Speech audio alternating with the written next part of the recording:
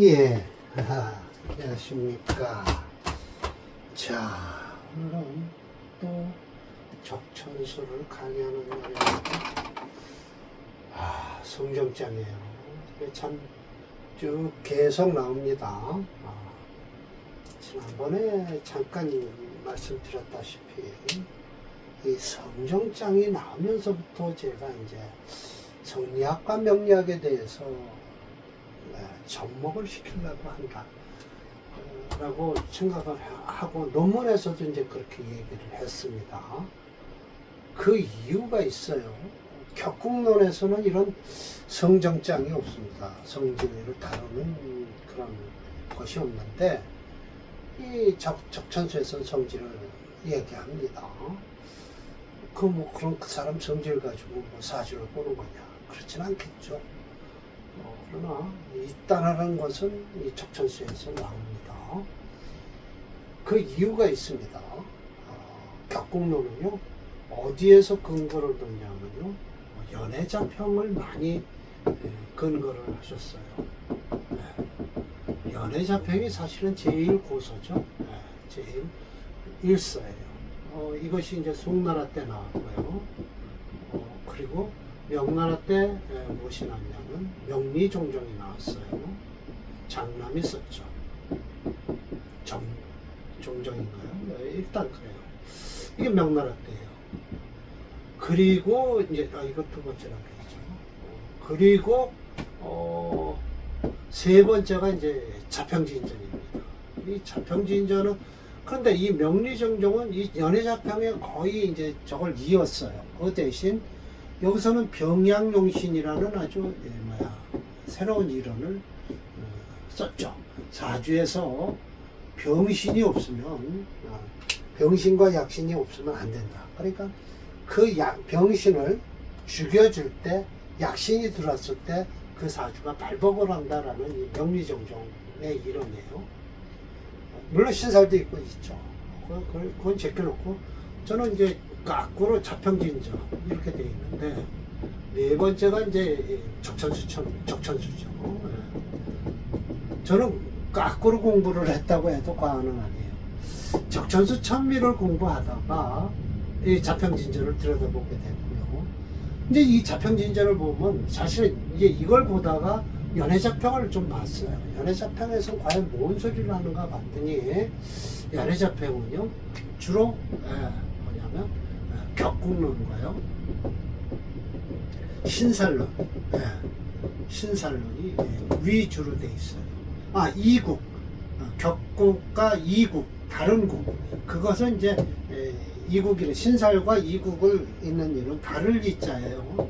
왜 격국을 해놓고도 또 새로운 국이 있는가, 다른 국이 있는가 라고는 격국론에서는 도저히 안 맞으니까 무엇을 쓰냐면 변격을 쓰는 거예요. 외격이라고 그래요. 그 외격이 이 연애자평에 많습니다.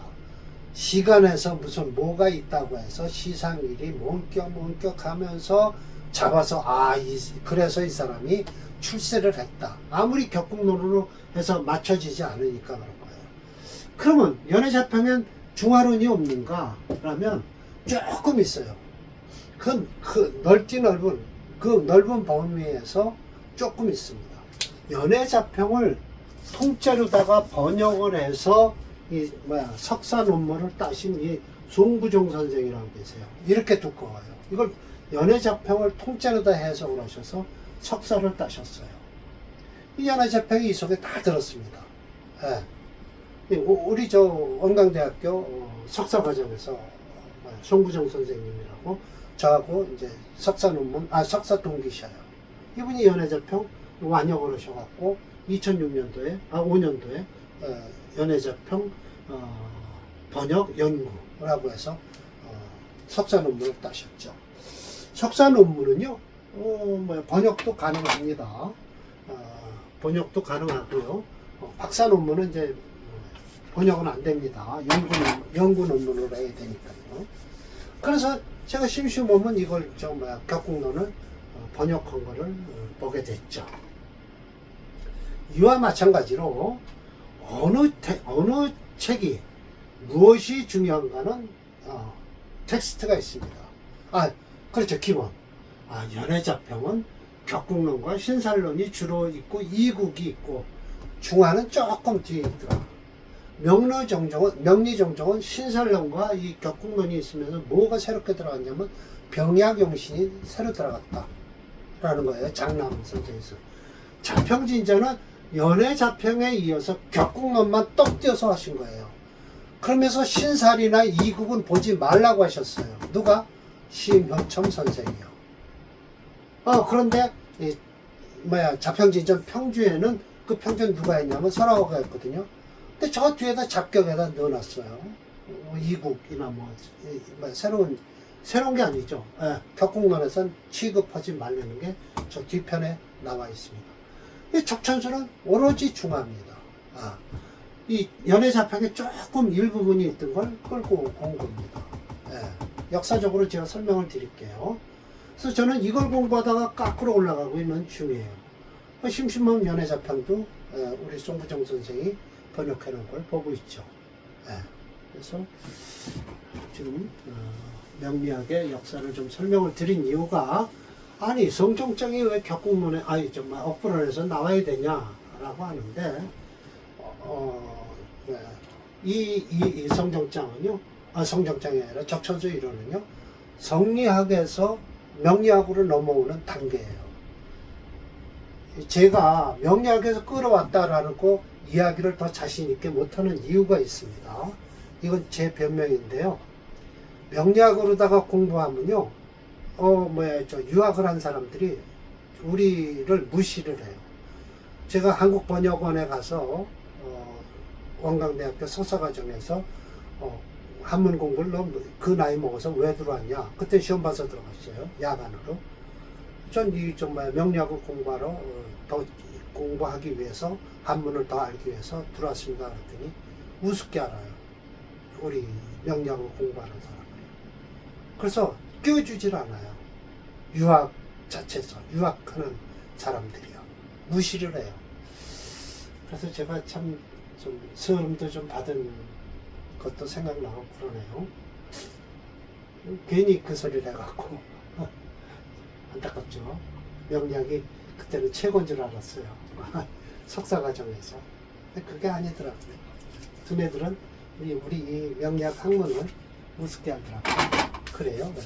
그리고 선생님도 내가 그걸 한다니까 나를 가르치는 선생님도 별로 안 좋아하시더라고요. 나를 알고 나서는 점쟁이 이러시더라고요.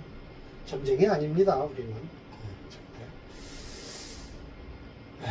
그래서 원문이 이렇습니다. 오기 불려 오기가 어그러지지 않으면 성정은 중화될 것인데 탕난평거하면 성정은 괴역 괴팍스럽다는 것이죠. 딴소리 나오고요. 그래서 이 유시주는요, 이건 어디서 근거가 되냐면요, 명리학원이라고 진수함 선생이 지은 책이 있어요. 이건데요, 위철리가 증주를 했어요. 편절을 한 건데 여기에서 명리학원이 적천수 원문이 있고 해석을 합니다. 이거에 근거해서 임 선생이 이제 이걸 지었다고 해도 주석을 달았다 해도 증주죠. 주석을 달았다 해도 과언은 아니죠. 제가요, 이거 이제 논문에서 이렇게 밝혔어요. 이 성정장이 있으니까 적천수에, 그러니까 나는 이 성정장을 끌고 들어온 거예요. 자, 중화사상에 의한 용신이론 체계화의 장에서 중화용신의 이런 체계 절에 성정에서의 중화용신 목이 있어요. 제가 만들었어요. 이것에서도 육아의 소를 차용하였다. 근데 난 이렇게 하면서도 참 육아들이 나를 우습게 하더라라는 것이죠. 전 논문을 쓰기 위해서, 더 공부하기 위해서 한국번역원을 갔는데 그 한국번역원에선 정통 육아를 배우는 사람들이 많으니까 나를 무시하더라고요. 위에서 5가지 기운은 하늘에 있으면 원형리정이죠. 이건 사계절이에요. 원형리정. 이 원형리정은 어디서 많이 보셨죠? 이 성명학에서 나옵니다. 초년, 중년, 장년, 말년 이렇게 나오는 것이죠. 우리는 그냥 셋으로 끊는데 성명학에서 넷으로 끊습니다. 사람에게 부여하면 인의지신이죠. 그리고 이 속에 있는 마음이 인의지신이 성이고요. 측은 수호, 사양, 시비, 성실정은 이건 정으로 나타나요. 아, 저 새끼 정이 있네 없네 이것으로 나타나는 겁니다. 여기에서 천도는 원형미정으로 순환해서 사계절이라고도 또 해요. 주령계 선생에 의해서 이미 태극도서에 밝힌 내용이다. 다음은 임철조 주장이다 라고 해서 이렇게 임철조 선생의 주장도 제가 어디에요? 박사 논문에 넣어놨습니다. 이거는 설명 안 드릴게요. 수없이 했으니까요. 자, 그러면 오늘 6번째인가 되니까요. 6인가 7번째니까 내려가 봅시다. 자, 이제 혼합된 거예요. 뭐가 혼합됐냐면 그동안에는 수의 성질, 화의 성질, 목의 성질, 금의 성질 이렇게 했는데 이제 이렇게 하는 겁니다. 수가 금의 계절에 태어나면 어떻게 될 것이냐라는 거예요. 수가 금의 계절에 태어나면 어떻게 될까? 다음은 화가 목의 계절에 태어나면 어떨 것이냐라는 거예요. 왕지. 그러니까 이게 왕이 아니라 상입니다. 사실은 상의 계절에 태어나면 생이 아니에요. 상해. 도울상자입니다. 이거 서로상자 아니에요. 어떤 사람 한번 해석 잘못해서 상생하면은 상생하면 이걸 서로 생한다 라고 하는데 이걸 도울상자로 해서 생하는 걸 돕는다 라고 해야 됩니다. 상생은 서로 돕는 거예요. 그런데 생하는 걸 돕는다는 건 일방적이죠. 이것이 일로 돕는 거예요. 금이 수를 돕지 수가 금을 돕는 경우는 없죠. 그럼 그거와 마찬가지.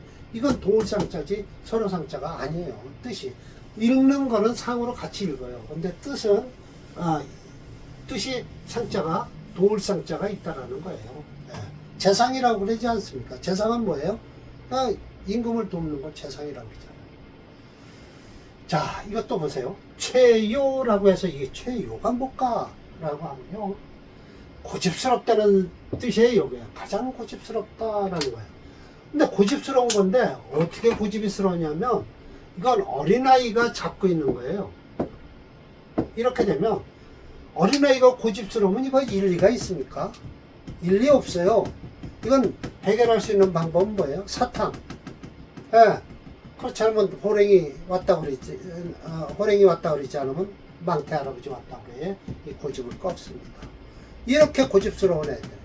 고집스러운 거, 어른이 고집스러운 건 뭐예요? 이 강자죠. 강개하다. 이건 의리 강자예요. 근데 이건 의리가 없어요. 아무것도 없이 쓸데없이 고집을 피는 걸 이걸 떼고집이라고 그러죠. 떼고집. 한문의 뜻이 그렇습니다. 그런데 여기다 떼고집 소리를 못해도 가장 고집스러운 어른나이 그치라고 해야 돼요. 어른나이 고집은 뭘로 해결한다? 떡으로, 눕갈사탕으로 해결할 수밖에 없죠. 말로는 안 돼요, 절대. 그런 것은 서방의 수, 막을 수가 없어요. 서쪽에 내려오는 물은 남방으로 돌아가는 것이다. 이거 절대 못 막습니다. 자, 그래서 유시주가 있습니다. 이게 이제 유시주는 명리학원에서 나온 겁니다. 이것이 진수함 선생이 썼다고 그래요, 사실은요. 유백원 선생이 아니라요. 진수함 선생에 나와 있습니다. 진수함 선생은요, 1606년에 태어나셨고요. 1666년에 돌아가셨어요. 60년을 살았어요. 상국까지 지내, 이거 보세요. 도울상자죠? 이거 서로상자 아니죠? 상국이에요. 나라를 돕는 재상이에요. 이게 재상. 높은 뱃슬이에요. 이 진수함 선생은요, 높은 뱃슬이죠. 이게 바로 명나라에서 청나라로 넘어가는 시기에 태어나셨어요. 청나라가 1616년에 개국을 했으니까요. 태어난 지 이 양반 10살 되던 해 청나라가 세워진 거예요. 그러니까 이 사람은 명나라 때 태어나서 청나라 때 벼슬을 한 양반이죠. 유백원 선생보다는 어려요. 유백원 선생은 나이가 더 먹었죠. 그러니까 이게 제가 중국 역사를 좀 알아야 된다라고 알 수밖에 없는 것은 중국 책을 이렇게 자꾸만 접하다 보니까 아 이게 어느 때 나왔구나라는 거예요. 적천수가 제일 늦게 나온 거죠. 예.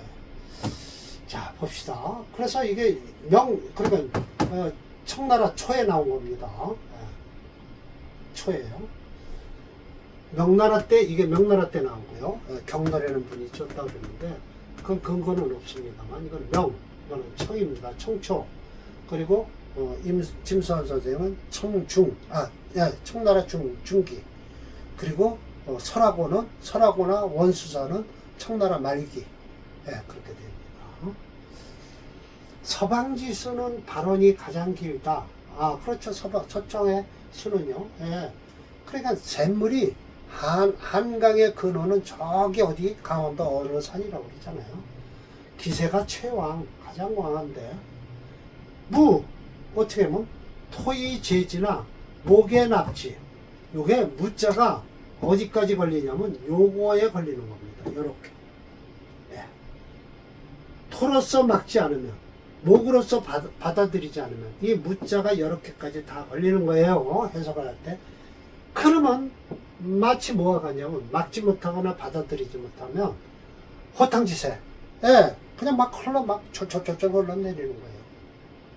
그런데 이렇게 끊어야 돼요. 불순행 순행하지 않으면 어떻게 되는 것이냐 하면 반대로 행남방 쪽으로 가는 게 불순행이다 라는 거예요. 그러니까 북쪽에서 이쪽 진터 쪽으로 해서 남쪽으로 흐르는 건 괜찮다는 거예요. 아니 동쪽으로 흐르는 건 괜찮다는 거예요. 목방. 그런데 겨울물이 가을에 태어나서 남쪽으로 흐르면 안 좋다라는 것이죠. 그건 그 역기성 성질을 거역하는 것이다.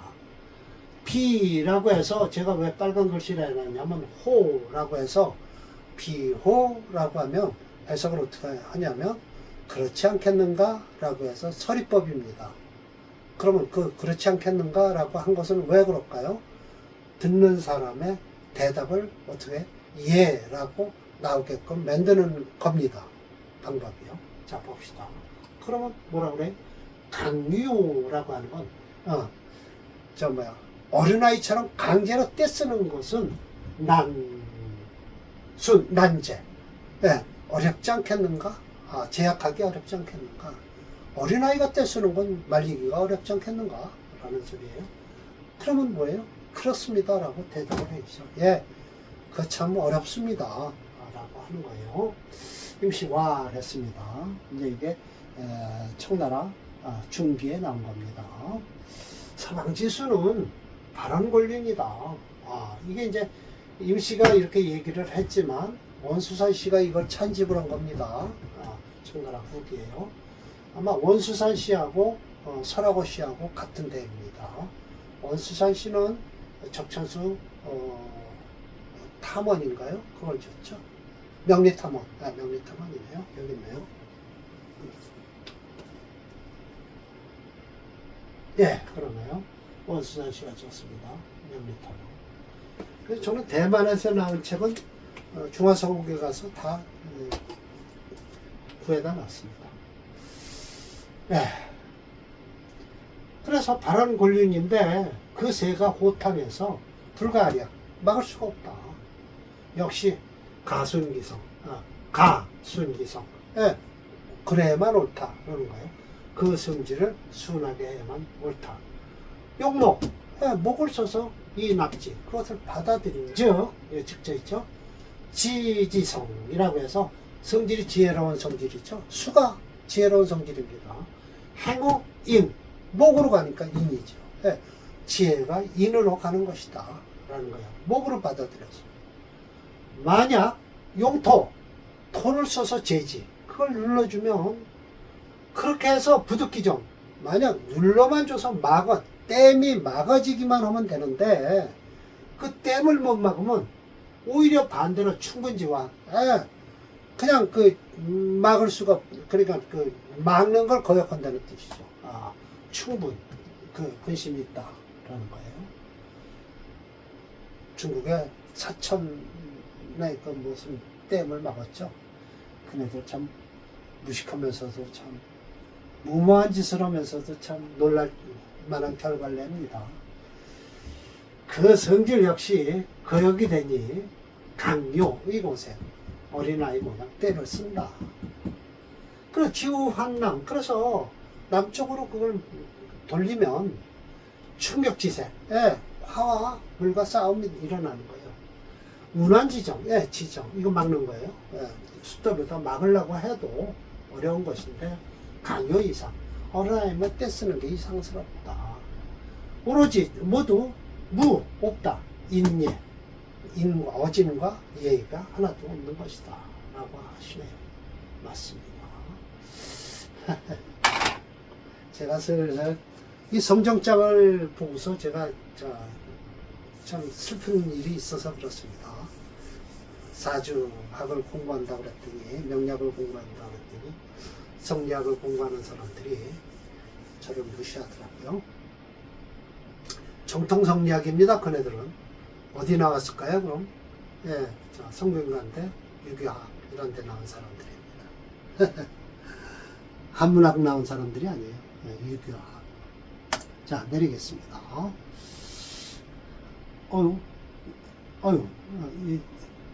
벌써 내려왔군요. 자, 철조 선생 사례명조 있습니다. 이게 이제 점수락이라고 하면 안 되는데. 자, 봅시다. 태해경신 임신갑진, 그래요. 자, 임철조 선생님의 이제 용신 잡는 법을 제가 설명을 드릴게요.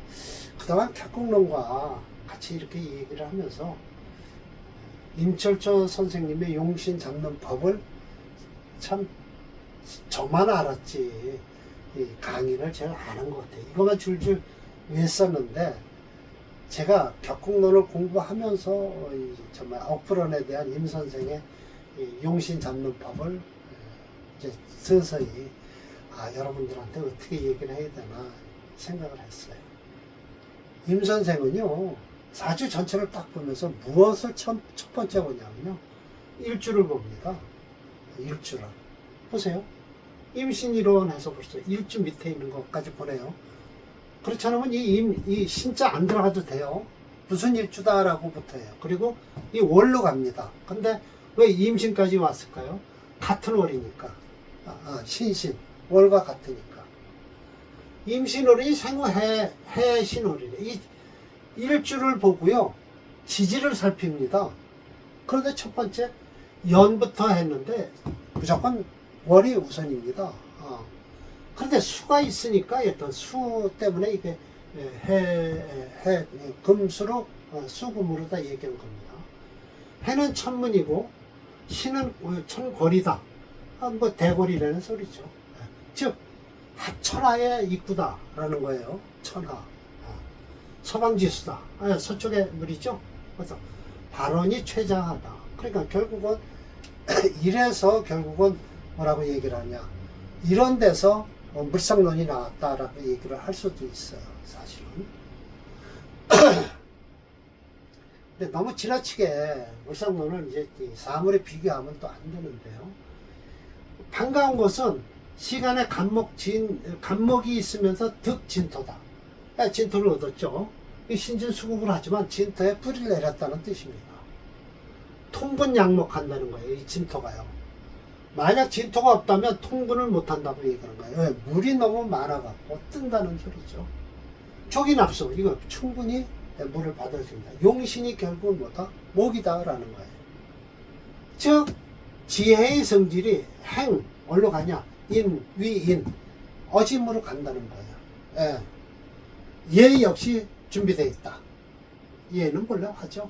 그러나 위인, 사람 됨됨이가 깜짝 놀란다는 거예요. 경기 지품이라고 해서 인품이 깜짝 놀라게 기이했다는 거죠. 대단했다. 없다라는 거예요. 교리지화 재화라고 해서 교묘한 이익을 선택하는 게 아니에요. 재주와 화려함을 가지고 겸허한 이익을 선택하지 않는다. 중년 남방 화운에 이게 이제 금이 있으니까 다행이지 수가 있다면 화운에 난리가 납니다. 그러니까 금을 보니까 이제 화운도 괜찮다는 거예요. 득 간목지 생화. 간목이 화를 생하면서 명리양전했다라고 이야기를 하십니다. 용신이 곧 뭐라는 거예요? 목이라는 뜻입니다. 그래서 금체 화목용조에서 목용신으로 제가 해놨죠. 예, 화가 없어서 그래요. 그럼 대운에서 화는 어떠냐? 이런 때 이제 지지를 가만히 들여다봐야 됩니다. 천간 지지를 봐서 대운에서요. 저 간목이 있어서 그래도 화 천간으로 오는 건 안 꺼트립니다. 개수가 좀 찝찝하지만요. 일간하고는 관계없죠. 일간이 하는 일은 없으니까요. 예. 지지로 화운은 어떨 것이냐라고 하면 좀 금이 너무 강해서 들어와도 그런데 이 사람 댐댐이가 괜찮았다라는 것이죠. 예. 이 명조는 태어난 시간의 명조를 살렸다. 시간이 살린 거예요. 간목이요. 대운 역시 남동 방향으로 해서요. 화목을 흐르는데 실제 초년은 남방대운은 재운으로요.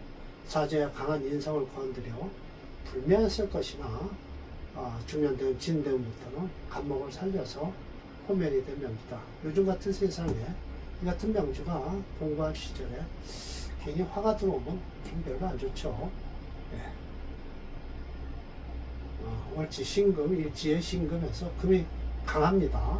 금세가 완극강하다는 걸 알 수 있다. 그러므로 이 극강한 오행을 극제하는 화오행을 찾으니 없어요. 부재불용하죠. 그래서 목수용조를 찾으니 시간에 간목이 있어서 금체 목수용조고 목이 용신이 되었다. 화는 없으니까 플러스 한신으로 잡는 게 좋습니다. 자, 봅시다. 이거네요. 네. 413번이요. 여기 지금 제일 좋은 의미네요. 좋습니다. 자, 다음 사주 보겠습니다.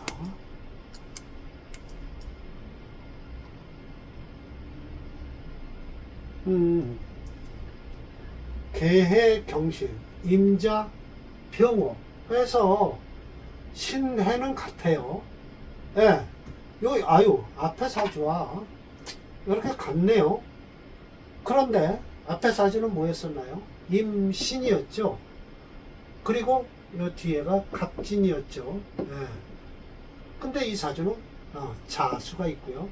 병호가 있습니다. 이 사주는 병호보다는 용신을 이 화를 써야 되는데 프로그램에서도 쓰지 못한다고 하는 거 보면 저는 을사시가 오히려 을사시가 되면 이 사주는 시간에 사화는 쓸 수 없습니다. 을목도 쓸 수 없고요. 그러면 이건 이 사주는 종으로 흐르겠죠. 그러든 저러든 이 병호를 쓰지 못한다고 임철조 선생이 말씀을 하시니까 프로그램에서 또 저 병호를 못 쓴다고 하네요. 좀 저는 의심이 가죠. 일반적인 사람들 같으면 이 병호 공화를 쓰겠다라고 할 건데 저는 시간이 의심스럽습니다. 개사시겠지 않을까? 을사시 같지 않을까 생각이 듭니다. 자, 여기다 써야 되나요? 이거 참.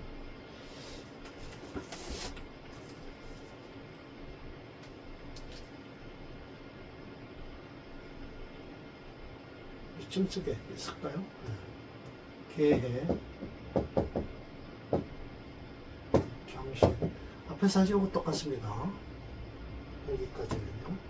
임자, 병호, 이렇습니다.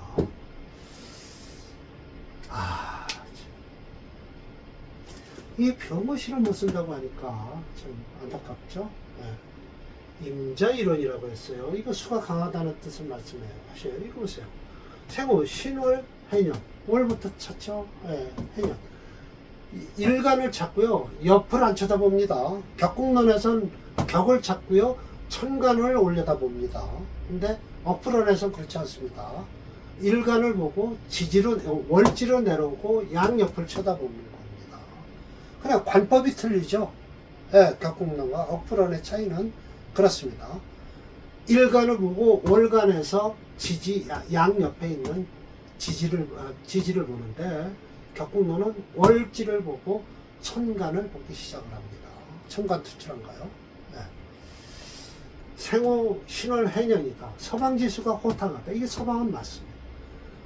귀납지처. 예, 목이 없다는 소리죠. 수가 왕한데. 귀납지처 받아들일게요. 시봉 병원은 충격이 역기성. 이렇게 수에 깨져버렸다는 소리예요. 위인이 강요물에, 이 어린애 모양 때만 쓰고 예의가 없다는 소리예요. 겸지, 운주 어디로 가냐? 이거 뭐죠? 어떻게 해요? 남방에서 동방으로 흐르는 거죠.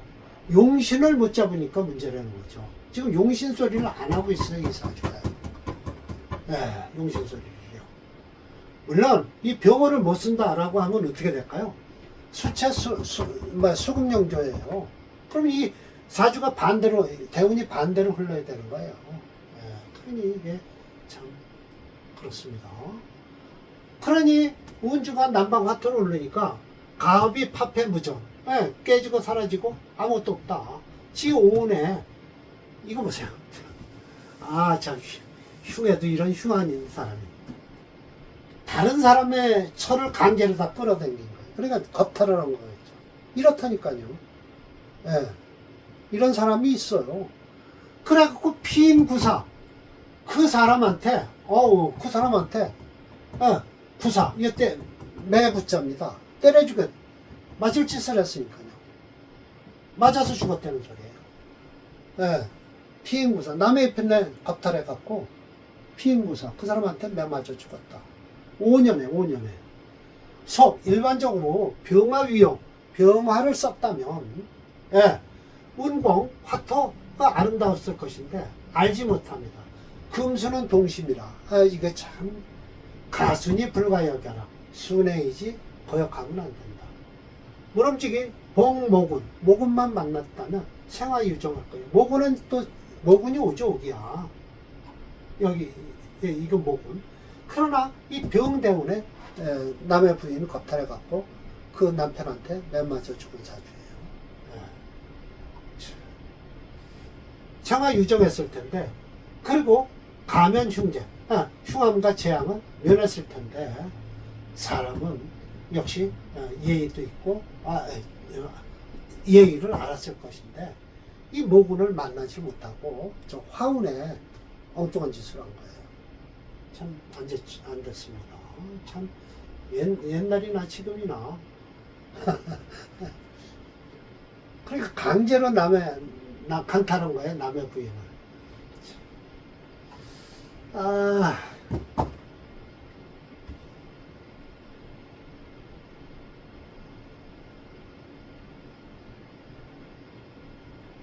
이게 병호시로 하면 참 왜 용신이 안 된다는 거예요. 자, 한번 봅시다. 제가 프로그램을 한번 찾아볼게요.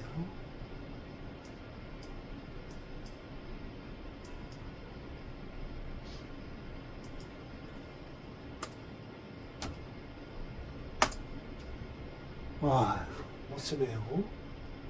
지금 뭐 좋은 데로 넘어가긴 했는데 수용시니까 이렇게 목을 이 조언을 만나기 전에 남의 부인을 강제로 겁탈했다가 그 남편한테 맞아 죽은 거죠. 네. 좀 안 됐네요. 예, 그래서 운이 좋은 운이 오기 전에 나쁜 운에 나쁜 짓을 해갖고 매맞아 죽은 사주입니다. 예. 자, 보세요. 이게 좀 다음 것은 뭐냐면, 보세요. 동쪽에 있는 것이 이제 동화니까, 아까는, 가을의 물, 동쪽의 불, 이죠? 이것이 북쪽으로 가면 안 돼요. 예, 북쪽으로 가면 안 된다. 서로 수화가 상존하니까요. 그래서 오늘 강의는 이걸로 마치도록 하겠습니다. 고맙습니다.